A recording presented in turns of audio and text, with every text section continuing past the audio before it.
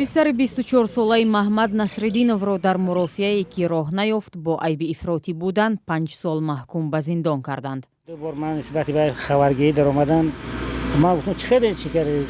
Мега ки салафӣ намоз мехонда ин байт ба номи он худое ки моро ба дунё овардагӣ аст. Ман фарзанди шумо ҳам кору шидагӣ набуд.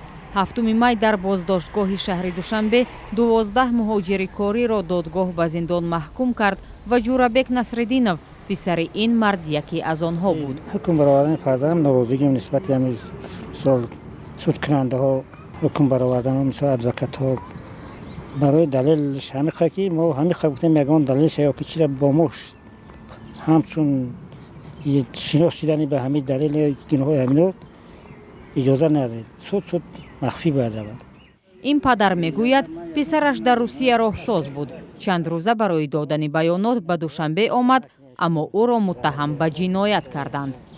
2 сутка поиз қатъӣ омадагиян. Додраси парванда гуфтааст писари ӯ Ҷурабек Насриддинов ва чанд нафари дигар барои шаҳодат додан даъват шуданд, аммо маълум шуд гунаҳкоранд.